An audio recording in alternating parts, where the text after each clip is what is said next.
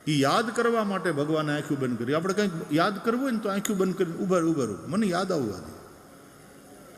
ભગવાને આંખું બંધ કરીને યાદ કર્યું તો યાદ આવ્યું કે આ તો બલિરાજાની દીકરી હતી ગયા જન્મમાં. હું વામન બનીને જ્યારે ગયો બલિરાજાને ત્યાં 3 ડગલા પૃથ્વી માગવા માટે, ત્યારે બલિની આ પુત્રી વામન ભગવાનને જોતા એને એમાં પુત્ર ભાવ થયો કે આ બટુક કેટલો સુંદર છે, આવો મારે દીકરો હોય તો. પણ પછી જ્યારે ભગવાન લેતી વખતે વામનમાંથી વિરાટ થયા, 2 ડગલામાં બલિનું, પૃથ્વીનું, સ્વર્ગનું બધું જ માપી લીધું, બધું જ લઈ લીધું. અને 3જા ડગલા માટે બલિને પરેશાન કરવા લાગ્યા કે પદાની ત્રીણી દત્તાની. અસુરાધિપતિ તે 3 ડગલા પૃથ્વીનો સંકલ્પ કર્યો છે, આ માત્ર 2 ડગલા થયા, બતાવ 3જું ડગલું ક્યાં મૂકું. ત્યારે બલિની પુત્રીને શત્રુભાવ થયો કે હું તો આને પુત્રવત સમજતી હતી, પણ આ તો મારા બાપને લૂંટવા આવ્યો છે. શત્રુભાવ થયો. એ બલિની પુત્રી પુત્રભાવ અને શત્રુભાવને લઈને મરી. એ પછીના જન્મે પૂતના થઈ. એટલે પુત્ર ભાવે સ્તનપાન કરાવી, ધવડાવવા આવી છે, પણ શત્રુ ભાવે દૂધ નહીં ઝેર પીવડાવી મારવા આવી છે. ભગવાને વિચાર કર્યો કોઈ પણ પ્રકારનો ભાવ પણ મારા વિશે, એટલે એની સદગતિ પાકી.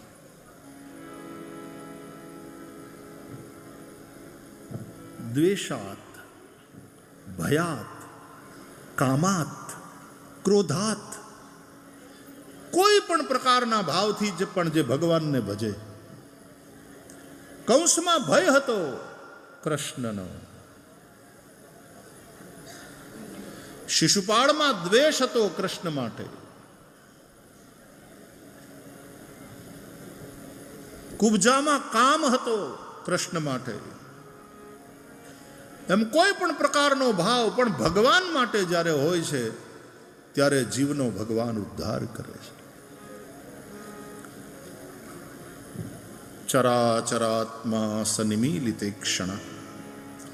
ભગવાને નેત્ર બંધ કર્યા. આચાર્યોએ કહ્યું એટલા માટે નેત્ર બંધ કર્યા કે ભગવાનને યાદ આવ્યું કે આ મારે હાથે મરવાની એટલે એની સદગતિ તો પાકી. મરતી વખતે મારું નામ લઈને મરે એની સદગતિ જો પાકી હોય, જાસુ નામ મરત મુખ આવા તો અધમૌ મુક્તિ હોય શ્રુતિ ગાવા. તો મારે હાથે મરે એની સદગતિ તો પાકી, એમાં તો કોઈ સંશય નહીં. પણ જે મને ઝેર પાવા આવી છે ખોટી ખોટી માં બનીને, એને જો હું સદગતિ આપું તો જે મારી સાચી સાચી માં અને મને પ્રેમથી દૂધ પાય છે એ યશોદાને કઈ ગતિ આપીશ, એ વિચારવા માટે ભગવાને નેત્ર બંધ કર્યા, ચિંતનમાં ડૂબી ગયા. ચરાચરાત્મા સનિમીલિતે ક્ષણ. અથવા તો ભગવાને એટલા માટે આંખો બંધ કરી, યાદ આવ્યું કે આવું તો રામાયણમાં થયું હતું, રામાવતારમાં. ત્યારે શૂર્પણખા આ જ રીતે હતી રાક્ષસી અને સુંદરી સ્ત્રીનું રૂપ લઈને આવી હતી પંચવટીમાં. શૂર્પણખા રાવણ કે બહિની, દુષ્ટ હૃદય દારુણ જસ અહિની, પંચવટી સો ગઈ એક બાર. આ જ રીતે પંચવટી પહોંચી હતી. અને ભગવાન રામની પાસે જઈને એણે કહ્યું હતું કે તુમ સમ પુરુષ અને મો સમ નારી, યહ સંજોગ વિધિ રચા બિચારી. મને અનુરૂપ કોઈ પુરુષ ન મળ્યો, તાતે અબ લગી રહી હું કુંવારી, લેકિન મન માં ના કછ તુમ હી નિહારી. મારું પાણી ગ્રહણ કરો. એટલે ભગવાન રામે એ સમયે શૂર્પણખાને જવાબ આપ્યો હતો, પણ દ્રષ્ટિ નહોતી આપી. સીતહી ચિતઈ કહી પ્રભુ બાતા કે અહઈ કુમાર મોર લઘુ ભ્રાતા. ભગવાને શૂર્પણખાને જવાબ આપ્યો પણ ભગવાન રામે શૂર્પણખાને દ્રષ્ટિ ના આપી. દ્રષ્ટિ કોને આપી? પોતાની ડાબી બાજુમાં બેઠેલા સીતાજીને. તો કનૈયાલાલે વિચાર કર્યો, તો એ વખતે મારે શૂર્પણખાને દ્રષ્ટિ નહોતી આપી, તો મારા ડાબી બાજુમાં સીતાજી બેઠા હતા, એટલે મેં સીતાજીને દ્રષ્ટિ આપી. હવે આ વખતે મારે આ શૂર્પણખાને, આ પૂતનાને દ્રષ્ટિ આપવી નથી. તો દ્રષ્ટિ કોને આપું? હજી ડાબી બાજુમાં રાધાજી આવ્યા નથી. બાવા નંદબાવા ગયા છે મથુરા. માં યશોદા ઘરમાં ગયા પેંડાની થાળી લેવા. આ બાઈનું મોઢું મીઠું કરાવવાનું છે, પણ આ બાઈ દ્રષ્ટિ આપવા જેવી છે નહીં. શું કરવું? બોલે આંખ બંધ કરી લઉં. માટે ચરાચરાત્મા સનિમીલિતે ક્ષણ નેત્ર બંધ કરી લીધા. હજી તો ઘણા બધા અર્થો છે, લાઈન લાગી છે અલગ અલગ ભાવોની, પણ સમયાભાવે પછી આપણે પ્રણામ કરીએ. भगवान ने नेत्र बंद कर लिया. पूतना ने देखा आसपास कोई नहीं है. उसने अपना विष से युक्त थन बाल कृष्ण प्रभु के मुख में दे दिया. तस्मिन् स्तनम दुर्जर वीर्य मुल्बणम घोरांकमादाय शिशोर ददावथ गाढ़म कराभ्याम भगवान प्रपीड्य तत् प्राणै समम रोष समन्वितो पिबत. भगवान रोष पूर्वक प्राण समेत उसके थन को पीने लगे. आ रोष समन्वितो पिबत जे लख्યું છે ને ભાગવતમાં, એને લઈને આચાર્યોએ અર્થ કર્યો કે रुको रुको रुको, रोष समन्वितो पिबत ऐसा लिखा है. मतलब ये कि रोष के देव है रुद्र. रुद्र रोष के देव है. ब्रह्मा जी ने रोष किया, तब भ्रुकुटी से रुद्र प्रकट हुए हैं. तो इसलिए रुद्रदेव शिव जी यहां पर आ गए. जैसे कह रहे हो लाला, अरे रुको रुको रुको रुको लाला रुको. आ बाल स्वरूप છે ને, એ ભગવાન શિવજીનું ગમતું સ્વરૂપ છે. રામચરિતમાનસમાં કથા સંભળાવતા પહેલા મંગલાચરણ કરે છે ભગવાન શિવ, અને ત્યારે ભગવાનના બાલ સ્વરૂપને વંદન કરે છે.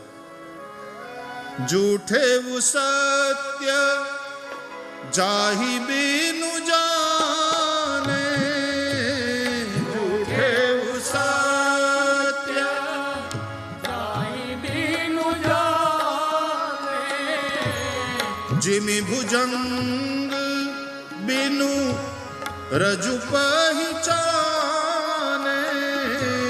जिमि भुजंग बिनु रजु पहिचाने, जेहि जाने जग जाई हेराई, जेहि जाने जग जाई हेराई. बंधव बाल रूप सोई राम, सब सिद्धि सुलभ जपत जिसु नाम. એ બાલક રામને હું વંદન કરું છું, જેનું નામ જપતા બધી જ સિદ્ધિઓ સુલભ થઈ જાય. જૂઠે સત્ય જાહે બિनु જાને, जिमि भुजंग बिनु रजु पहिचाने, જેહી જાને જગ જાય હેરાઈ. હા,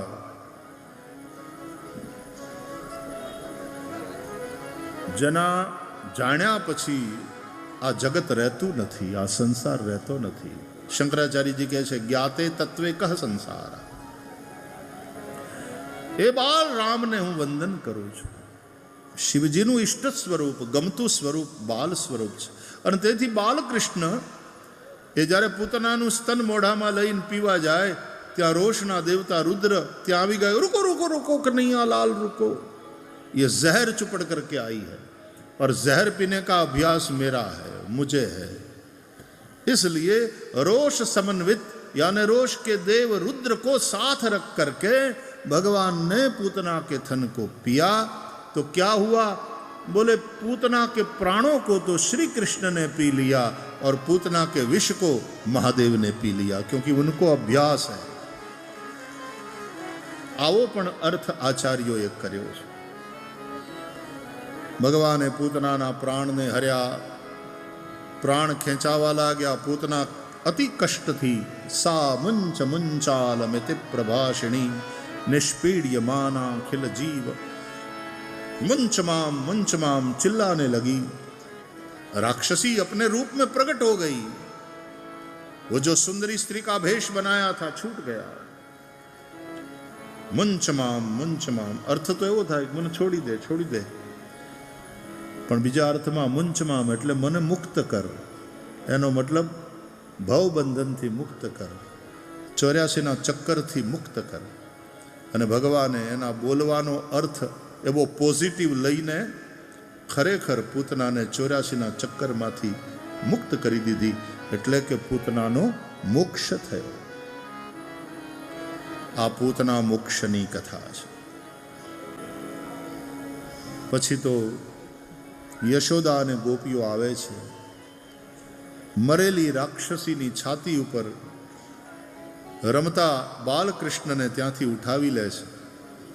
હૃદય લગાડે છે યશોદા. કોઈ રાક્ષસી આવી હતી મારા લાલાને મારવા માટે, એને પાપે ઈ મરી. ગૌશાળામાં જાય છે. જુઓ, ગાયો ગાયો ગાયો ગાવો વિશ્વસ્ય માતરમ. ગૌશાળામાં જઈ અને ગાયના છાણમાં ને ગાયની રજમાં કનૈયાને રગદોળ્યો. એનાથી તો એને સ્નાન કરાવ્યું. ગો માતાના પૂંછડા કનૈયાની માથે ફેરવ્યા અને કહ્યું કે ગો માતા અમારા લાલાની રક્ષા કરજો. અને પછી યમુનાના પવિત્ર જળથી કનૈયાના એક એક અંગને અડી અને ભગવાનના જુદા જુદા નામ લઈ અને કનૈયાના એક એક અંગની રક્ષા કરી. અવ્યાદજોમરિમણિમાંસ્તવ જાન્વથોરુ યજ્ઞોચ્યુત કટિતટમ જઠરમ હયાસ્ય હૃત્કેશવસ્ત્વદુર ઈશ ઇનસ્તુ કંઠમ વિષ્ણુર્ભુજમ મુખમુરુક્રમ ઈશ્વરહકમ ચક્રગ્રતસ્સહ ગદો હરિરસ્તુ પશ્ચાત ત્વત્પાર્શ્વયોર. ભગવાનના જુદા જુદા નામથી ભગવાનની રક્ષા કરે છે. બોલો, આમાં બે વસ્તુનું મહત્વ પ્રગટ થાય છે. એક ગાયોનું અને બીજું ભગવાનના નામનું. ગાયો દ્વારા ભગવાનની રક્ષા સમજાય તમને કાંઈ? ગાયોનું મહત્વ કેટલું છે અને કેવું છે? ગાયો દ્વારા જ ધર્મની રક્ષા, ભગવાનની રક્ષા ગાયો દ્વારા, અને પછી ભગવાનના નામ દ્વારા ભગવાનની રક્ષા. આ પૂતના કવચ છે. એમાં ભગવાનના જુદા જુદા નામ. ઇન્દ્રિયાણી ઋષિકેશ પ્રાણાન નારાયણોવતુ શ્વેત દ્વીપ પતિશ્ચિત્તમ મનો યોગેશ્વરોવતુ પૃષ્ણિ ગર્ભસ્તુતે બુદ્ધિમ આત્માનમ ભગવાન પર. ભગવાનના નામ દ્વારા ભગવાનની રક્ષા કરે છે ગોપીઓ. તમને કઈ સમજાય છે? રક્ષા કરે ઈ મોટો કે જેની રક્ષા થાય ઈ મોટો? તો રક્ષા કોની થઈ રહી છે? કૃષ્ણ પરમાત્માની. શેનાથી રક્ષા થઈ રહી છે? ભગવાનના નામથી. તો કોણ મોટું? રક્ષા કરે એનું મહત્વ ને. એટલે ભગવાનના નામ દ્વારા જો ભગવાનની રક્ષા થતી હોય તો એનો અર્થ એમ થયો કે ભગવાન કરતા પણ મોટું છે ભગવાનનું નામ. इसलिए कहा गया राम से बड़ा राम का नाम. તુલસીદાસજીને કોઈએ પૂછ્યું કે તમે નિર્ગુણને માનો કે સગુણને? તુલસીદાસજીએ કહ્યું અગુણ સગુણ દુઈ બ્રહ્મ સ્વરૂપા. ગઈકાલે શંકરાચાર્ય ભગવાન એ નિર્ગુણ નિરાકાર, સગુણ નિરાકાર અને સગુણ સાકાર સ્વરૂપોનું વર્ણન કરતા હતા અને આપણું માર્ગદર્શન કરતા હતા. અને બતાવ્યું કે નિર્ગુણ પણ છે ને સગુણ પણ છે, એ નિરાકાર પણ છે ને એ પરમાત્મા સાકાર પણ છે. નિરાકારનો એક અર્થ આચાર્યો કરે છે નિર્ગતા આકારાય, જેમાંથી આ બધા આકારો નીકળ્યા એનું નામ નિરાકાર. ન તસ્ય પ્રતિમાસ્તિ, એનો અર્થ એની તુલના ન થઈ શકે એવો થાય છે. બાકી તો એ સાકાર રૂપે, એટલે મૂર્તિ પૂજાનો નિષેધ એમ નહીં. જે નિર્ગુણ નિરાકાર છે એ જ સગુણ સાકાર બનીને પ્રગટ થાય છે. ये जो कुछ है ये उसी की अभिव्यक्ति है. जड़ चैतन जग जीव जत सकल राम मैं जानी. सीय राम मैं सब जग जानी, करव प्रणाम जोरी जुग पानी. ભગવાન ગીતામાં કહે છે મયि સર્વમિદમ પ્રોતમ સૂત્રે મણિગણા એવ. જેમ સૂત્રમાં મણિઓ પરોવાયેલા હોય ને, એમાં બધું જ નામ રૂપાત્મક જે કંઈ જગત છે મારામાં ઓતપ્રોત છે. પણ અહીંયા તો સૂત્ર છે ને, ધ્યાન રાખવાનું એ છે કે મણિ છે એ હોનાના છે ને સૂત્ર છે એ હોનાનું છે, તો ભિન્નતા નહીં. નહીં તો દોરો તૂટી જાય ને પારા વેરાઈ જાય, માળા વિખાઈ જાય. પણ અહીંયા તો દોરો છે, સૂત્ર ધાગો એ પણ એ જ છે, અને જે મણિઓ છે એ પણ એનું જ સ્વરૂપ છે. ભગવાન સિવાય બીજું કશું જ નથી.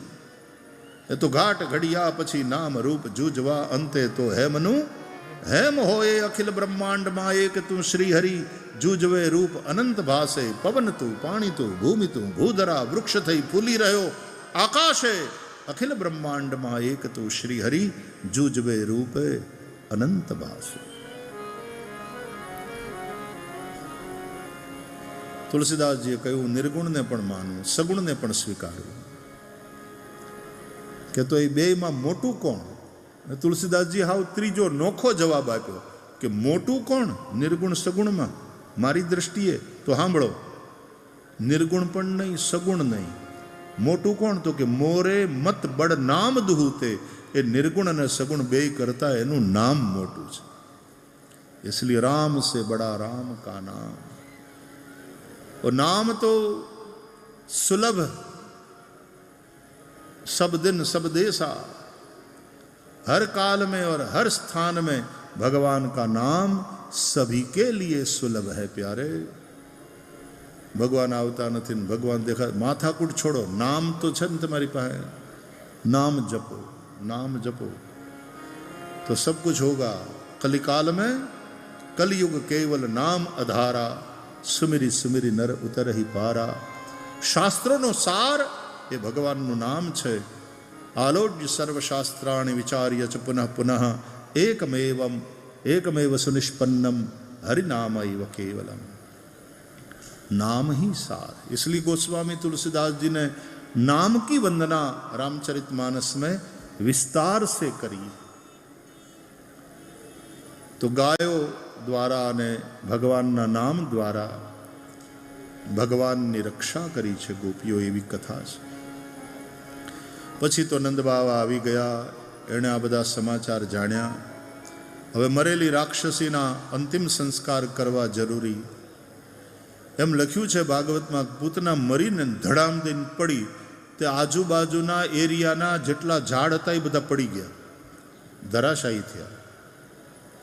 કે આટલી મોટી ભારી ભરકમ શરીરવાળી આ રાક્ષસી પૂતના, એને બાળવા માટે પાછા કેટલા ખાંડી લાકડા જોઈએ. નંદ બાબાને કહ્યું ચિંતા ન કરો, એ પોતાને બાળવાના લાકડાની વ્યવસ્થા કરીને ગઈ.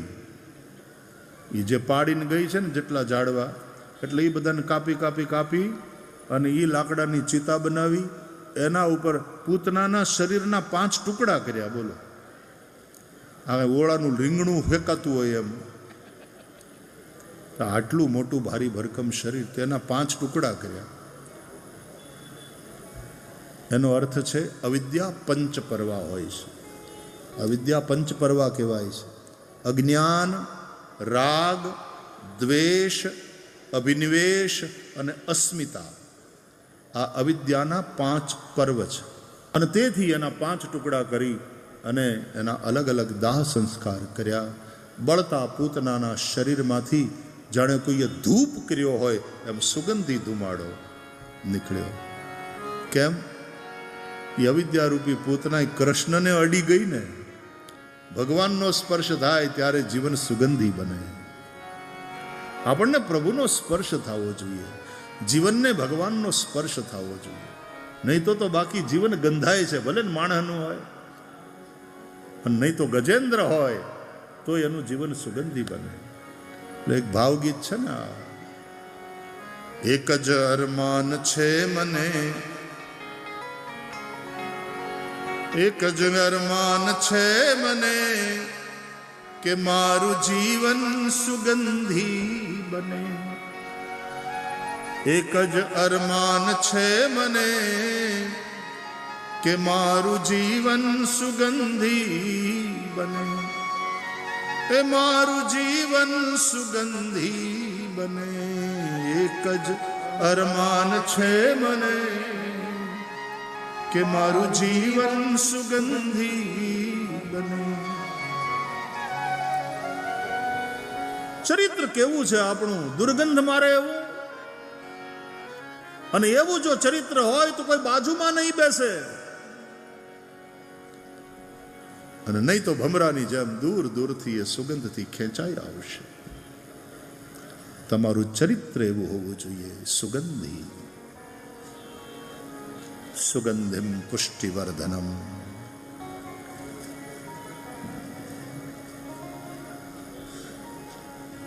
બળતા પૂતનાના દેહમાંથી સુગંધી ધુમાડો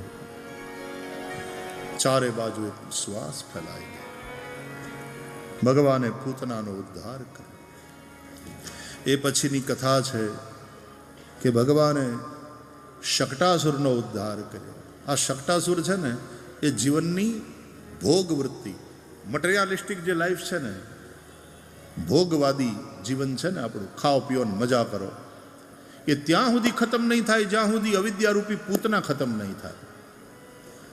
જ્યારે માણસને જ્ઞાન થઈ જાય ને ત્યારે એક કાજી હતો. કથા સાંભળો પછી આપણે પૂરું કરીએ. આમ તો ભાગવત પૂરું થાય એમ જ નથી, પણ આપણે આજનું સત્ર પૂરું કરીએ. એક કાજી હતો, પૈસાવાળો હતો. એને એક દીકરી હતી. એ દીકરી મોટી થઈ, લગ્ન જેવડી, પણ એની શાદી થતી નહોતી. કારણ કે દીકરી બહુ કુરૂપ હતી, એટલી બદસુરત, એટલી કુરૂપ કે જે મૂર્તિયા જોવા આવે એ જોતા ભેગા ભાગે. કે દિવસે જોઈને છળી મરીએ, આ રાતના દેખાય તો શું થાય? આપણે શાદી નથી કરવી. કાજી પૈસાવાળો અને દીકરી એકની એક, એટલે જે આ દીકરીને વરે અંતે તો એનું બધું ધન કાજીનું આ દીકરીને જ મળવાનું હતું. એટલે પૈસાની લાલચે પણ ઘણા યુવાનો જોવા આવ્યા, પણ આ એટલી બદસુરત, એટલી કદરૂપી જોઈને ભાગે. 2-3 વર્ષ નીકળી ગયા. કાજીએ કીધું પણ ખરું કે મારી બધી જ સંપત્તિનો માલિક એ મારી દીકરીને એનો વર થશે, પણ કોઈ બાવડું ચાલવા તૈયાર નહીં. 2-3 વર્ષ પછી એક યુવક આવ્યો અને એણે કહ્યું કે હું પરણવા તૈયાર છું. ખરેખર? બોલે હા પાક્કું, હું પરણવા તૈયાર. એ એટલા માટે તૈયાર થયો કે એ આંધળો હતો. હવે દેખાતું જ ન હોય એને હું બદસુરતી ને હું ખૂબસુરતી, કોઈ ફરક નહીં પડતા. એટલે થયું એમ કે આને કોઈ દેતું નહોતું ને આને કોઈ લેતું નહોતું. એમાં મેળ પડી ગયો. અને કાજીએ પણ મન મનાવ્યું કે આંધળો તો આંધળો, પણ મારા દીકરીનો સંસાર તો વસી જશે. એટલે આંધળા પતિ સાથે પોતાની કદરૂપી દીકરીને પરણાવી કાજીએ. પછી તો પરણી કારવી ઘેર આવ્યા, લાખ લાડી લાવ્યા, દિયે રેજો દેરામાં, રાત ભરજો પાણી. હું ગામડામાં ગવાતું. ટલક જેટલી ઢોલરડીને પીલુડીના પાયા. મારા દાદાના ખેતરડામાં કાંઠુડા ઘઉં વાયા. આ બાજુ ગવાતું હતું. અમારા સૌરાષ્ટ્રમાં આવું ગવાતું. તે કદરૂપી પત્ની દુનિયાની દ્રષ્ટિએ અને આંધળો પતિ ની દ્રષ્ટિએ અને આંધળો પતિ, બેયનું લગ્ન જીવન એટલું સરસ રીતે ચાલ્યું, બે એકબીજાને એટલો બધો પ્રેમ કરે, એમ એના પ્રસન્ન દાંપત્યના 5 વર્ષ વીત્યા. કાજી આમ રાજી કે મારી દીકરીનો સંસાર વસી ગયો. ખાલી આ એક જ વાતનું દુઃખ છે કે એનો પતિ આંધળો છે. એમાં ક્યાંકથી ગામમાં એક હકીમ આવ્યો. એ હકીમની પાસે એક એવું અંજન હતું કે જેની આંખમાં આંજે એ દેખતો થઈ જાય. કેટલાય આંધળાને એણે ઠીક કર્યા. અને આ વાત લઈને લોકો કાજી પાસે આવ્યા કે ખરેખર ખુદાની તારા ઉપર મહેર છે. ગામમાં એક હકીમ આવ્યો છે. આમ તો તારે લીલા લહેર છે, પણ કાજી તારી દીકરીનો ધણી આંધળો છે. બસ આટલી જ એક દુઃખની વાત છે. પણ ઉપરવાળાની મહેર જો, ગામમાં હકીમ આવ્યો છે, એની પાસે એક અંજન છે, ચમત્કારી છે, જેની આંખમાં આંજે એનો અંધાપો દૂર થાય છે, દેખતો થઈ જાય. તું તારા જમાઈને ત્યાં લઈ જા, ટ્રીટમેન્ટ કરાવો.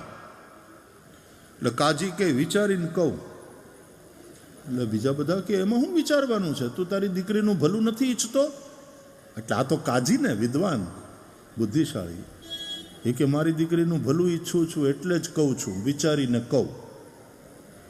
અને કાજીએ બહુ વિચાર્યું અને પછી નિર્ણય કર્યો કે આપણે જમાઈની ચિકિત્સા કરાવવાની થાતી નથી, જેમ છે એમ બરાબર છે.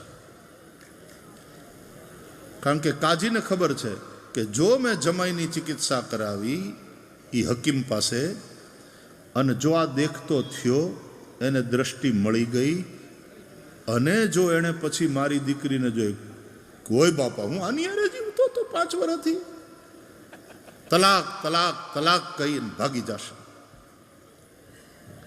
મારી દીકરી દુઃખી, જમાઈએ દુઃખી, હુંય દુઃખી. એના કરતાં એ આંધળો છે એ સારું છે. એ સુખી, મારી દીકરી સુખી, અને બેને સુખી જોઈને હુંય સુખી. એટલે પછી કાજીએ પોતાના જમાઈની ટ્રીટમેન્ટ ન કરાવી. બસ આટલી કથા કહીને મારે કથા પૂરી કરવી છે. આ બદસુરત દીકરી એટલે આપણી બદસુરત જિંદગી.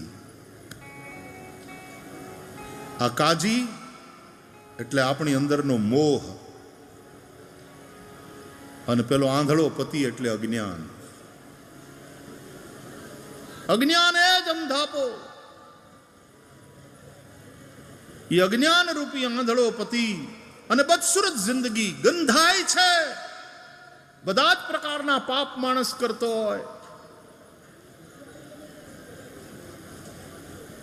પણ તોય અજ્ઞાન રૂપી આંધળો પતિ અને બદસુરત જિંદગી, એનું દાંપત્ય જીવન બહુ સારી રીતે ચાલે છે. અને મોહરૂપી કાજી એમાં ખુશ છે. પણ ત્યારે હકીમ બનીને આવે છે સદગુરુ આપણા જીવનમાં. એ આ મોહના અંધાપાને મટાડી દે. એ આ અજ્ઞાનનો અંધાપો મટાડે. અજ્ઞાન તિમિરાંધસ્ય જ્ઞાનાંજન શલાકયા ચક્ષુરુન્મીલિતમ યેન તસ્મૈ શ્રી ગુરવે નમઃ. એ અજ્ઞાનનો અંધાપો મટાડી દે એવા સદગુરુ છે હકીમ. સદગુરુ વૈદ, સદગુરુ વૈદ વચન વિશ્વાસા તુલસીદાસજી કહેતે. પણ આ આપણો મોહરૂપી કાજી છે ને, એ સદગુરુ સાધુ સંતો ત્યાં સત્સંગ કરવા જવા દેતો નથી, જવા માગતો નથી. કારણ કે જો આ અજ્ઞાનનો અંધાપો દૂર થઈ જાય તો પછી જિંદગીની બદસુરતીનો ખ્યાલ આવે, માણસને સમજાય, અને પછી એને એમ થાય કે હે ભગવાન, હું આવી બદસુરત જિંદગી જીવતો હતો.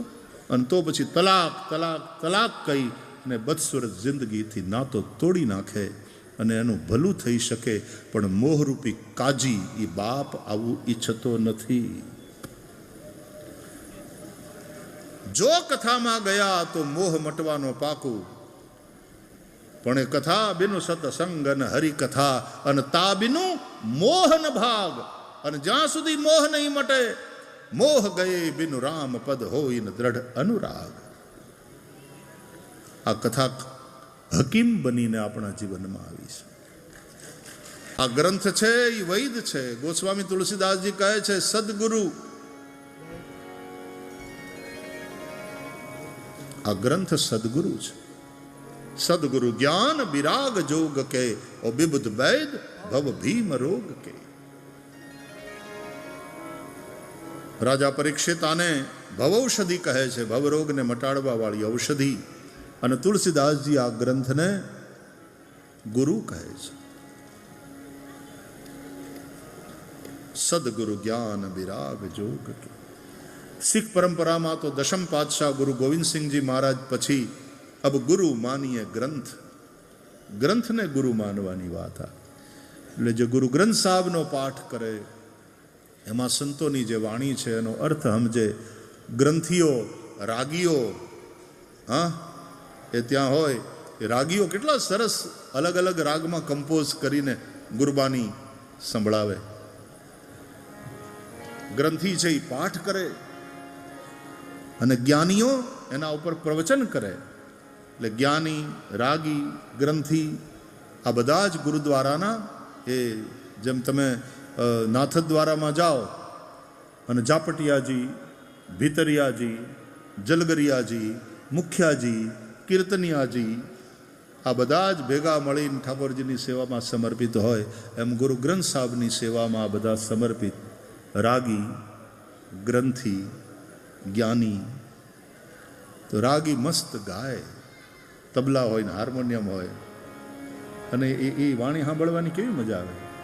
તેરે બચન અનૂપ અપાર, સંતન આધાર, વાણી